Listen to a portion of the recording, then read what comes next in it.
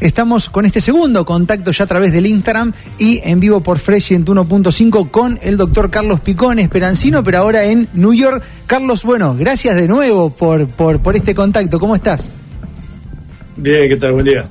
Muy buen día. Debo confesar que la primera entrevista que tuvimos ha sido una de las más replicadas en lo que va del año, ¿no? En la radio, así que bueno, mucha gente me anunciaba que te hagas saber la capacidad de explicar los temas que son elevados, Carlos, así que bueno, va mi mensaje para vos.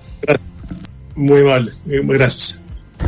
Carlos, bueno, ¿cómo está la tormenta por allá por New York?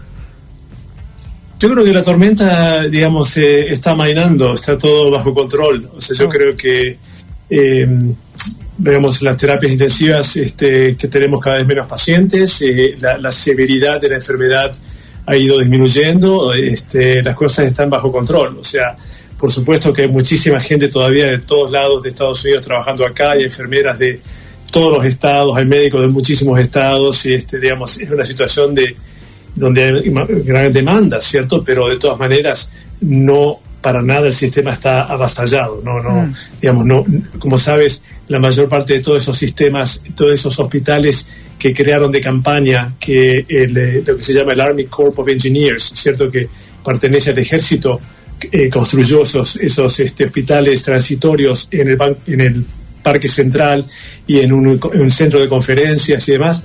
Todos esos hospitales en verdad mayormente no fueron usados. Por ejemplo, el Javits Center, que es un centro de conferencias, había más de 2.500 camas. Creo que tuvieron un total de 1.000 pacientes en forma transitoria y después lo cerraron porque se dieron cuenta que no había ninguna necesidad. Es decir, se esperaba una avalancha, pero la avalancha nunca llegó realmente. ¿Sabes, Carlos, que hay muchos países que están esperando la avalancha que nunca llega, ¿no? Excepto, bueno, Italia aparentemente y España. El resto del mundo está como preparándose todo el tiempo y nunca llega nada. No sé cómo ves esa postura, porque mira, te cuento algunos casos. Acá en la Ciudad de Esperanza, como en otras ciudades, está todo tan como apuntalado, ¿no? El tema de la salud, esperando el ingreso del COVID-19, ¿no? Y no pasa nada, y a veces esto provoca de que otras enfermedades, que quizás algunas son hasta más veniales, o de gente que, por ejemplo, tiene diabetes o enfermedades así crónicas, no sean atendidas como corresponde, porque se está esperando que ingrese el COVID, que todavía no llega como todo el mundo cree que va a llegar, ¿no? No sé si allá pasa algo igual. Totalmente, creo que es una situación que hay que tratarla con respeto, pero de todas maneras no por eso olvidarse del resto de los problemas sociales, humanitarios y sanitarios, ¿cierto? De mi punto de vista, no puede ser que haya gente que tiene sus problemas de diabetes, problemas de dolor de abdomen, dolor de pecho, una serie de otros problemas de salud que básicamente en este momento no se están atendiendo, simplemente porque bajo la excusa de que no, es solamente para COVID-19. O sea, desde mi punto de vista no tiene ningún sentido. Como tampoco tiene sentido, por ejemplo, cerrar todos los aeropuertos o cerrar toda la economía. O sea, me parece, como yo decía antes, cerrar la economía por un par de semanas, o sea, hacer el lockdown, que todo el mundo se quede en casa por un par de semanas a ver cómo está la situación, hacer muestreos, saber un poco estudios epidemiológicos, saber lo que está sucediendo.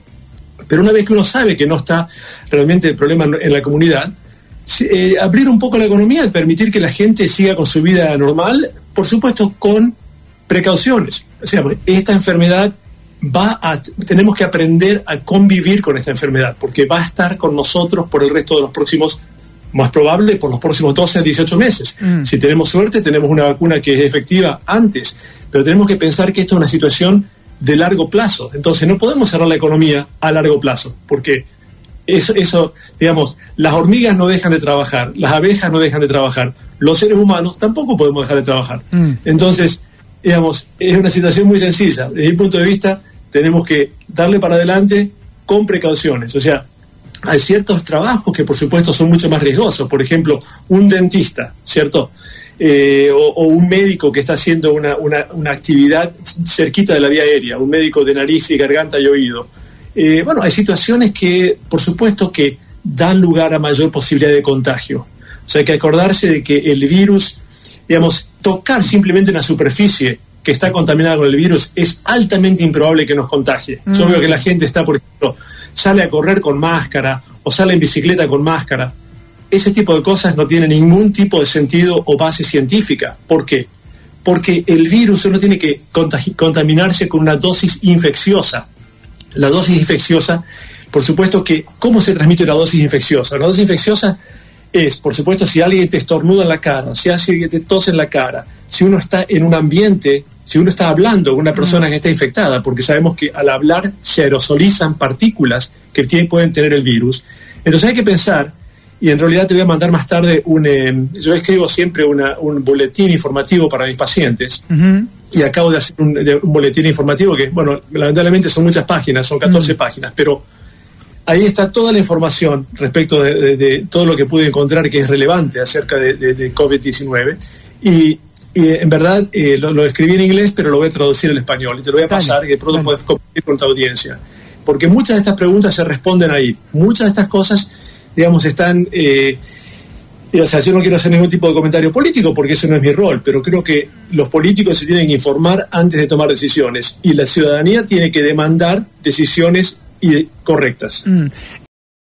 Hablando de lo que la ciudadanía demanda, ¿no? Hace una semana atrás, más o menos, un grupo de comerciantes esperancinos exigieron al municipio local que los dejen trabajar, teniendo todas las medidas de precaución, todo. Bueno, esto trajo un coletazo, Carlos, quizás estás enterado, porque se replicó en nuestras ciudades y hasta fue un ejemplo a nivel nacional y ha hecho que muchos gobernadores cambien la visión, ¿no?, tan estricta de la cuarentena. Mañana tenemos una manifestación de profesores de educación física, dueños de gimnasio, que se están fundiendo porque no están pudiendo laburar. Y mi pregunta es, Carlos, y esto te lo pregunto con todo el conocimiento que tenés, ¿es posible que un gimnasio se pueda abrir teniendo las medidas de higiene necesarias? ¿O es una actividad que, bueno, corre alto riesgo? ¿O qué tanto hay de mito ahí? Bueno, dos cosas hay que considerar. O sea, en primer lugar, la mayor parte de la gente que va a un gimnasio es gente de bajo riesgo. Como sabes, la mortalidad por debajo de 40 años es prácticamente inexistente, o sea, es del menos del 0,1%, ¿cierto? Y es probable que sea inclusive menor al 0,1%. En naciones como en Alemania, la mortalidad general es del 0,1%. La mortalidad de gente por debajo de los 40 años es prácticamente 0,05%, o sea, es muy baja. Entonces, en primer lugar, hay que considerar la morbilidad y la posibilidad de esa gente de enfermarse. En segundo lugar, claro, si uno está en un ambiente cerrado, ¿cierto? Que no está donde el aire no recircula, donde las ventanas están cerradas, donde uno está haciendo fuerza y está respirando rápidamente y esto y lo otro, por supuesto que va a aerosolizar el virus en forma mucho más eficiente. Entonces, pero creo que la ciudadanía tiene que enterarse, informarse y tomar una decisión y aceptar riesgos, como todo en la vida. Todo en la vida es una decisión, riesgo-beneficio. Entonces, somos adultos, no necesitamos que un político tome una decisión o que alguien tome una decisión. Para eso vivimos en un Estado de Derecho. Creo que uno puede informarse y demandar las decisiones correctas. Si uno va a un gimnasio y se infectó, bueno, es la decisión mía, es la decisión personal.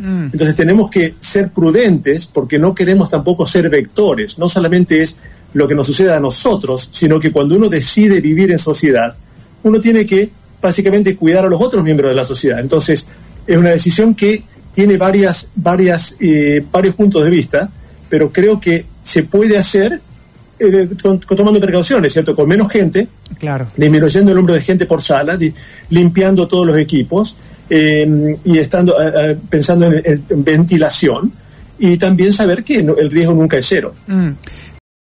Carlos, me gustaría preguntarte acerca de la importancia del barbijo, porque acá se empezó a hablar en algunas partes de la Argentina en que si es o no es efectivo, en si todos los barbijos son iguales o no, porque acá incluso hasta se nos ha enseñado a hacer barbijos de tela para poder transitar en la vía pública, y muchos expertos dicen ese barbijo no sirve de nada, o sea, es lo mismo que nada.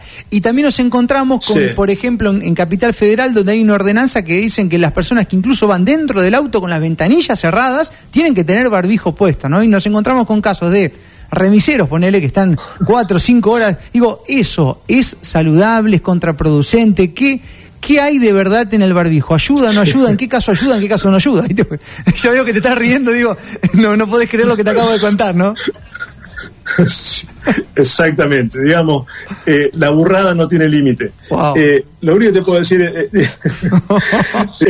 para decirlo en términos sencillos, O sea, las partículas virales son muy pequeñas y ciertamente que penetran a través de un barbijo, ¿cierto? A menos que el barbijo sea uno en particular que se llama N95, que limita el pasaje del 95% de las partículas virales. Ahora, bien, tenemos que tener en cuenta que teniendo un barbijo, sí, por supuesto que disminuye la aerosolización de partículas, porque si yo estornudo o si yo toso o estoy hablando, la cantidad de partículas que se van a eliminar al ambiente van a disminuir, ¿cierto? Entonces tenemos que tener eso en cuenta. Pero si yo salgo a correr, o salgo en bicicleta, o estoy en mi propio auto, usar un barbijo no tiene absolutamente ningún tipo de sentido. ¿Por qué? Porque no estoy cerca de nadie y porque, por más que yo aerosolice ciertas partículas, esas partículas en el transcurso de segundos van a caer al piso, ¿cierto? Entonces las partículas más pequeñas pueden llevar hasta 3 minutos en caer al piso, hasta 5 minutos, pero eso, pequeñas partículas, muy pocas partículas, no son lo que se llama una dosis infecciosa, ¿cierto? Entonces, obligar, por ejemplo, a un taxista a usar un barbijo no tiene ningún sentido. Te digo la verdad, no hay mucha información respecto. Yo busqué artículos del tema sobre la utilidad de barbijos y pude encontrar solamente un artículo publicado en Japón donde se estudió, esto se estudió hace muchos años, cuando hubo otro tipo de epidemia. Se pusieron las pilas y empezaron a ver, que realmente si obligamos a la gente a usar un barbijo, ¿qué es lo que estamos produciendo? Bueno, la gente que usaba barbijo, entonces después fue un estudio poblacional, y miraron a ver si realmente disminuía la incidencia de infecciones respiratorias. Ningún tipo de evidencia. No disminuyó la frecuencia de infecciones respiratorias, y además la gente que usaba barbijo se quejó más de dolores de cabeza, probablemente porque hay cierto grado de recirculación del dióxido de carbono, que puede dilatar los vasos sanguíneos de la cabeza y puede causar un poquito de dolor de cabeza. Entonces, en conclusión, ¿tiene sentido cuando sale a la calle uno usar barbijo? Si yo estoy caminando solo, no tiene ningún sentido. Si estoy con ciertas personas, estoy en un grupo de amigos, que estamos cada uno a 2 metros de distancia y demás, tiene sentido, porque si yo estornudo, si tengo tos o lo que sea, si voy a un banco, tiene sentido. Si voy a un lugar, digamos, donde hay actividad social, donde hay mucha gente, tiene sentido. Dentro de mi auto no tiene ningún sentido. Si estoy en un avión, tiene sentido, porque queremos disminuir la cantidad de partículas que se aerosolizan, ¿cierto? Entonces tiene sentido. Entonces, si estamos en un lugar público, tiene sentido hacerlo, simplemente por esa razón, para disminuir la probabilidad de que aerosolicemos partículas. Si estamos en un lugar al aire libre, no tiene ningún tipo de sentido, y de hecho yo salgo a correr, yo voy en bicicleta, además no me voy a poner, me parece ridículo, además yo respeto a la otra gente que haga lo que quiera, ¿cierto? Pero como corresponde, porque cada uno es dueño de hacer lo que quiera, claro. Pero digamos, creo que uno tiene que informarse y tomar decisiones en función de la información que ha consumido. Sin lugar a dudas, ¿no? Así, sin conocer tanto de medicina, se me hace que, si, por ejemplo, me iría a bicicletear y me pondría un barbijo, sería contraproducente porque no terminaría nunca de cambiar mi aire, ¿no? ¿Qué sé yo? Lo digo sin conocer nada, ¿no? Ahora, bueno, científicamente me brindás más datos. Carlos, ¿qué confianza se merecen esta cantidad de test que se realizan hoy para saber si las personas están enfermas o no enfermas? Porque también es cierto que en muchos países, inclusive la Argentina ahora también, ha comprado test de China que dan falsos positivos o falsos negativos. Digo, sí. Y llega un momento que uno empieza a realmente a dudar si realmente funcionan, no funcionan, y qué tan fiables son los test que existen hoy como para medir. Sí, bueno, el tema este es así, o sea, cuando todo tipo de test, como todos tus médicos, que estoy seguro que tenés algún médico en la audiencia, todo tipo de test que uno haga siempre tiene cierto límite, ¿cierto? Todo test tiene lo que se llama sensibilidad y especificidad, ¿cierto? Sensibilidad es la capacidad de detectar un problema. Especificidad es la capacidad, digamos, si especificidad quiere decir cuán específico. Si nos dice que es positivo, es realmente positivo y no es un falso positivo, ¿cierto? Entonces, tenemos que valorar esas dos razones. Por esas razones que en medicina uno tiene que siempre pensar, antes de ordenar cualquier tipo de estudio, tiene que pensar en la sensibilidad del estudio, la especificidad del estudio, que cambia, ¿cierto?, de acuerdo a lo que se llama el valor predictivo positivo y el valor predictivo negativo cambia de acuerdo a la probabilidad de enfermedad en la población que estamos estudiando. Entonces, el problema aquí es que cuando uno aplica un estudio en forma indiscriminada, por ejemplo, si queremos hacer estudios de anticuerpos en forma indiscriminada en una población que no ha estado expuesta y el estudio tiene una sensibilidad del 95%, ¿cierto? Una especificidad del 95%, el 95% de esos estudios que captura, digamos que vamos a Esperanza. En Esperanza digamos que no tenemos nadie, cero positivo. De todas maneras, el estudio tiene una especificidad del 95%. Quiere decir que hacemos 1000 estudios, vamos a encontrar 50 que son positivos. Y de todas maneras no son positivos. ¿Me entiendes? Claro. Es una cuestión que es inherente a la capacidad del estudio de darnos un resultado que realmente podemos valorar. Entonces, tenemos que, cuando hacemos un estudio, tenemos que pensar cuáles son las probabilidades reales, ¿cierto?, de que encontremos un estudio positivo. Entonces, por eso es que yo siempre le digo a mis estudiantes, a la gente con la cual trabajo, que hay que pensar muchas veces antes de realmente ordenar el estudio, porque ordenar un estudio es muy fácil, pero después cómo lo interpretamos a los resultados y si realmente tenemos información que nos va a cambiar la decisión. Si el estudio no cambia lo que vamos a decidir, mejor no hacerlo. Por ejemplo, ¿para qué hacer estudios en esperanza de una persona que se siente bien? No tiene ningún sentido. Claro. Yo, por ejemplo, he estado trabajando aquí en New York por 4 semanas, he estado trabajando en el hospital, trabajando con estos pacientes, y yo me siento perfectamente bien. ¿Me voy a ir a hacer un estudio para COVID? No tiene ningún sentido. ¿Para qué me lo voy a hacer? Si no va a cambiar, de hecho, lo que yo voy a hacer. Entonces, ¿para qué me lo voy a hacer? ¿Simplemente por una cuestión de curiosidad? No. Tengo que callarme la boca y quedarme con la incertidumbre. Tenemos que aprender a vivir con la incertidumbre. Parte de estar vivo en cualquier época histórica es aceptar la incertidumbre. Y en el siglo XXI no va a ser diferente. Seguro. Carlos, allá en Estados Unidos, ¿sigue falleciendo gente de así enfermedades respiratorias, neumonías, influencias, etcétera? Por supuesto, sí, es lamentable, o sea, sigue falleciendo gente de todo otro tipo de problemas, ¿cierto? Pero como vos bien dijiste, o sea, lamentablemente muchos hospitales se han cerrado a cualquier otra cosa que no sea COVID-19 y mucha gente se ha ido básicamente a los subsuelos porque nadie sabe qué pasó con los infartos de miocardio, qué pasó con, este fin de semana pasado, o sea, yo estaba de guardia aquí en el hospital y atendimos a una señora que de 84 años con una hemorragia digestiva. La hemorragia digestiva causó un infarto de miocardio porque la anemia y causó isquemia por demanda, es decir, cuando uno no puede transferir suficiente cantidad de oxígeno porque hay mucha anemia, si uno tiene un poco de enfermedad coronaria puede resultar un infarto de miocardio. Y lo curioso es que la mujer le hicieron un hisopado y tenía COVID-19, pero ni estaba enterada del COVID-19, ¿cierto? Pero vino al hospital no por el COVID-19, vino al hospital por otro problema. Pero mucha de esa gente, lamentablemente, tengo otro paciente que fue hospitalizado este fin de semana, que tenía una hernia, tenía dolor, y claro, no quería ir al hospital. Finalmente tenía una hernia encarcerada que con necrosis del intestino lo tuvieron que operar, le tuvieron que sacar un pedazo de intestino enorme. O sea, ¿todo por qué? Porque básicamente estuvo retrasando su cuidado médico y su atención médica, ¿cierto? Lo cual me parece a mí que es criminal. Ahora, una vez que una persona falleció, ¿cómo saber si murió de COVID o no? ¿Hay intención de saberlo eso o se deja así? Porque acá en Argentina algunos médicos dicen, no se sabe.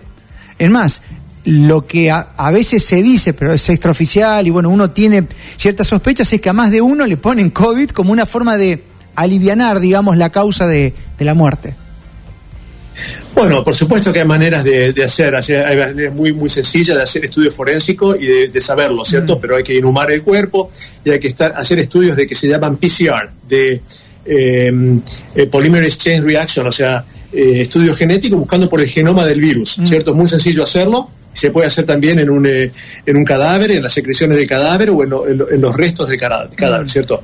Ahora, lo curioso es que en muchos lugares que no se está haciendo suficiente testeo, básicamente la información epidemiológica indica que ha habido un aumento en el número de muertes. Por ejemplo, ayer leía en el diario que en Moscú, comparado con las muertes históricas en esta época del año, ha habido un aumento de 1.400 muertes en el transcurso de básicamente el último mes. Entonces, ¿de dónde salieron esas 1.400 muertes? O sea, me parece que la KGB estuvo muy ocupada, no creo. Es probable que el COVID-19 se encargó de limpiar un poco la cuestión y de causar cierta mortalidad que no estaba contada, que no estaba computada, ¿cierto? O sea que eso ciertamente va a pasar en todos lados. Carlos, la última, todo el mundo es como que está esperando una vacuna, ¿no? Pero lo cierto es que en el trayecto de todo esto es como que fueron surgiendo así algunas drogas que a priori han dado resultados positivos y demás. Hoy leí un artículo también de un doctor acá en la Argentina que él mismo admitía y dice, bueno, pero cuando llegue la vacuna, si nos quedamos solamente en casa, vamos a estar o todos contagiados o va a llegar la vacuna para un pequeño minúsculo de gente que nunca se ha topado con la virulencia. ¿Y cuál es tu opinión al respecto? O sea, ¿realmente tenemos que prestar atención a otros tratamientos que vayan surgiendo ahí medio a la par y empezar de a poco a hacer nuestra vida con respeto? O realmente habrá que ir todo a media máquina hasta que aparezca la bendita vacuna. No, yo personalmente creo, varias cosas, hay varias preguntas ahí. En primer lugar, en cuanto al tratamiento, yo creo que tenemos que tener cuidado con tanta gente que, por ejemplo, mandaron un artículo del diario de La Voz del Interior acerca de un nuevo descubrimiento que era una mezcla de ibuprofeno, un ibuprofenato, o sea, un ibuprofenato que se usa como antiinflamatorio y resultado en 5 pacientes. Eso realmente no es una cosa que pueda ser verídica. Claro. El hecho de que haya resultado en 5 personas puede ser totalmente anecdótico. Cuando uno habla acerca de terapia en este tema, en cualquier tema en verdad, uno tiene que ser muy cuidadoso. Tenemos que usar ciencia y tenemos que usar estudios randomizados y controlados para saber realmente qué es lo que es efectivo y qué es lo que no es efectivo.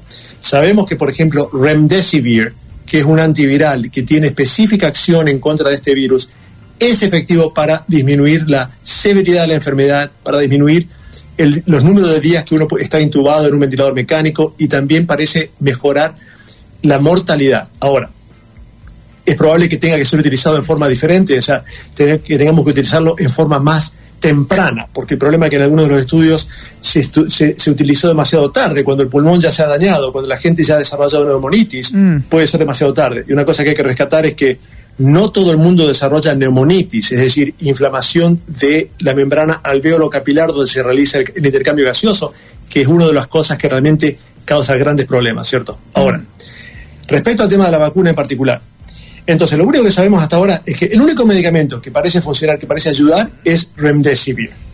Todo lo demás se está estudiando. Hay otro que se llama Favipiravir, una cantidad de medicamentos se están estudiando.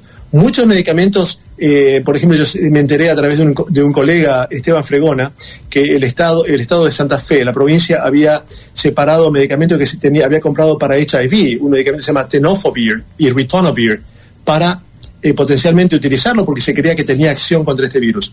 No tiene absolutamente nada de acción, o sea que es mejor no utilizarlo, porque en realidad en un estudio en China se utilizó con resultados negativos. Hidroxicloroquina, ¿cierto? Los medicamentos antimalaria tampoco funcionan. O sea, eso ya sabemos que no funciona y eso ya ha sido publicado. O sea, el hecho de que Trump diga un par de burradas y que diga que utilicemos ultravioleta y esto y lo otro, o hidroxicloroquina, no quiere decir que lo tengamos que utilizar. Y creo que tu audiencia es suficientemente inteligente en ese sentido. Ahora, respecto a el tema de las vacunas. No, yo personalmente, o sea, la vacuna va a llegar en su momento. Como sabes, la vida continúa y yo creo que uno tiene que continuar la vida con precauciones. ¿Que vamos a quedar sin trabajar por el resto de los próximos 12 o 18 meses? No, tenemos que continuar trabajando con precauciones. ¿Va a aumentar la mortalidad marginalmente? Sí, va a aumentar la mortalidad. O sea, va a haber gente que va a fallecer de esta enfermedad. Lamentablemente, como yo te decía hace un par de semanas, yo tengo pacientes en bioterapia intensiva aquí que tenían 52 años, 46 años, gente saludable, totalmente sana, que hubiera podido ser yo en esa cama. Entonces, o sea, es una cosa que hay que aceptar, ¿cierto? Pero no quiere decir que tengamos que estar escondidos y irnos al cululú, al paso de las piedras y encerrarnos detrás de 4 paredes. O sea, no me parece que no tiene ningún sentido. Ahora, ¿qué podemos, en cuanto a la vacuna eventualmente llegará, y vamos a saber cuánta gente está ya inmunizada en la sociedad. Aquí, curiosamente, ¿te acuerdas que hace un par de semanas creo que comentamos que en supermercados en la ciudad de Nueva York, Nueva York, estudiaron y encontraron que el 14% tenía anticuerpos. Bueno, ese estudio lo han expandido, han estudiado a más de 7.500 personas en el estado de Nueva York. Lo curioso es que en el estado de Nueva York, y como sabéis, el estado de Nueva York se remonta hasta Canadá, ¿cierto? Porque va hasta las cataratas del Niágara, y por supuesto que está la isla de Long Island, o sea, es enorme. Entonces, en todo el estado, 15.3% ya tiene el anticuerpo. En la ciudad de Nueva York, 24.7% ya tiene el anticuerpo de la gente estudiada, lo cual es importante, o sea, es un porcentaje muy importante. O sea, quiere decir que el virus es bastante infeccioso, muchísima gente no tiene idea, entonces muchísima gente tiene enfermedad subclínica. Entonces, eso, en respuesta a lo que te puede haber comentado el médico, es, bueno, buenas noticias en el sentido que digamos que esto se está siendo transmitido en la comunidad, y que poca gente, un porcentaje muy chiquitito, realmente está en problemas y se enferma con enfermedades muy graves.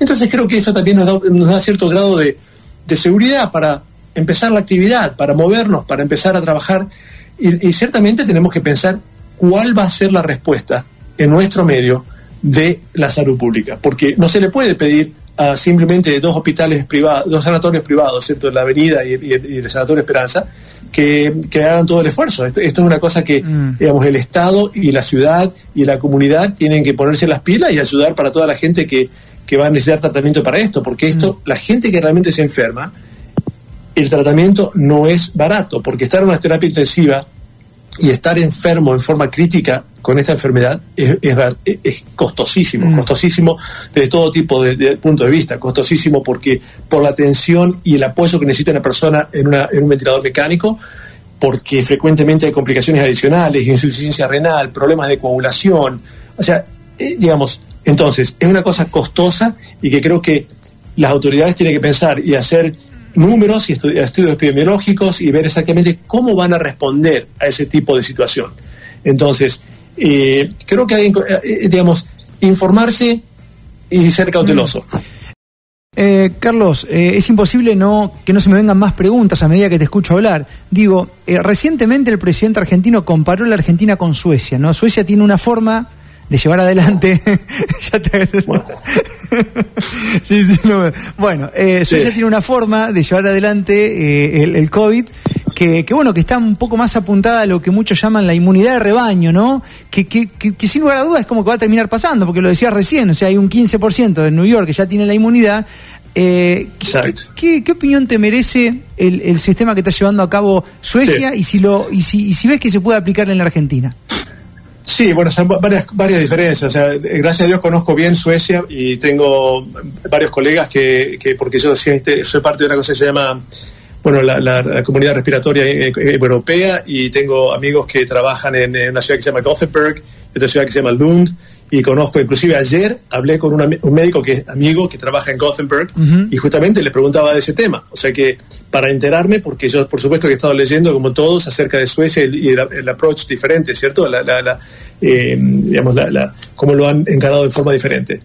Y bueno, ciertamente que Suecia va a hacer varias cosas. Es un país de solamente 9-10 millones de habitantes, muy homogéneo, de gente muy educada, que gente que sigue las pautas, las normas, donde básicamente, digamos, todo el mundo sigue. Si decimos aislamiento social y esto lo otro, la gente sigue las normas, la gente sigue y respeta las normas, ¿cierto?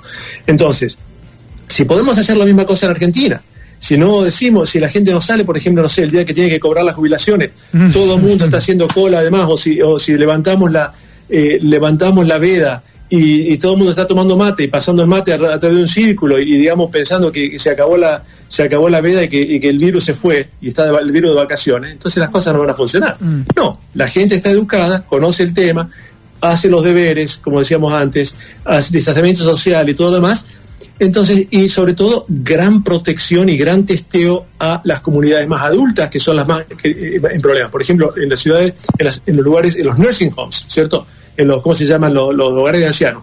Los hogares de ancianos, se testea a la gente, al personal que entra, que sale. Hay un estudio de inmediato de anticuerpos, y se hace un hisopado muy rápido. Entonces esa gente se la está estudiando permanentemente para protegerla, ¿cierto? Para tratarla de forma especial. Yo no creo que la Argentina sea, digamos, podamos compararla el sistema público argentino con el sistema público sueco, ¿cierto? En muchos temas. O sea, en primer lugar, no tenemos el sindicalismo en Suecia que tenemos en la Argentina, no tenemos, digamos, la falta de transparencia política que tenemos en la Argentina. Creo que hay muchas decisiones que se toman en función de COVID-19, simplemente que no tienen absolutamente nada que ver con COVID-19, pero es una oportunidad para robar y es una oportunidad para hacer cosas oscuras, ¿cierto? Me parece que la ciudadanía tiene que demandar transparencia. Tal cual. Y esta forma de inmunidad de rebaño, más allá de los respetos a las normas que tenga la sociedad, ¿es posible, por ejemplo, si lo planteamos de una forma muy liviana, que aquellos jóvenes que están en buen estado de salud tengan un poco más de normalidad en sus vidas en pos de lograr la inmunidad? ¿Eso es posible, digamos, o es un sueño? Bueno, yo no haría lo que se llaman, porque aquí, por ejemplo, también había gente que hacía fiestas de COVID. O sea, había uno enfermo y se iban a ver si se infectaban y ya se olvidaban del tema. No, me parece que eso es una burrada. Me parece que eso es... No, me parece que hay que, digamos, trabajar normal, hacer las cosas normal, ir a una fiesta para infectarse, qué sé yo, me parece de terror. ¿No? Me parece que es aumentar potencialmente el pico, porque imagínate si haces una cosa así, estás infectando a muchísima gente que luego infecta, básicamente estás causando un problema exponencial. Eso es una irresponsabilidad. Entonces, una cosa así no hay que hacer, ¿cierto? Entonces, pero por supuesto que si la comunidad sigue trabajando con responsabilidad y haciendo las cosas bien, que algunos se infecte, que algunos se enferme, que algunos termine en el sanatorio, esto, lo otro, bueno, es una cosa que puede suceder como parte de la vida normal. Ahora, hacer fiestas de COVID y infectarse y demás, eso no, eso realmente, o sea, me hace dudar del coeficiente intelectual de miembros de nuestra especie Homo sapiens, ¿cierto? Claro. Sí, tremendo. Carlos, bueno, muchísimas gracias por estos minutos. La verdad que tiramos abajo varios mitos acá, hay cosas que se dicen y que se ponen en tapete en la prensa. Y bueno, está muy bueno tener a alguien que esté ahí en el núcleo de la tormenta. Así que nada, ahora te vas Sí, muchísimas gracias. ¿Te vas a dónde ahora? ¿A Washington? Me voy al aeropuerto. Bueno, ahí sí que el aeropuerto funcionando. Fantástico. Bueno, genial. Ahí por lo visto funciona todo bastante normal ahí en los Estados Unidos. Así que, bueno, está bueno. No, en el aeropuerto tampoco. Es muy poca gente que está en el aeropuerto, muy poca gente vuela, pero bueno, me parece que no tiene por qué ser cerrado, ¿cierto? O sea, me parece que uno tiene el derecho y la necesidad de transitar. Gracias, Carlos. Un abrazo y un abrazo a todos los esperancinos. Gracias totales.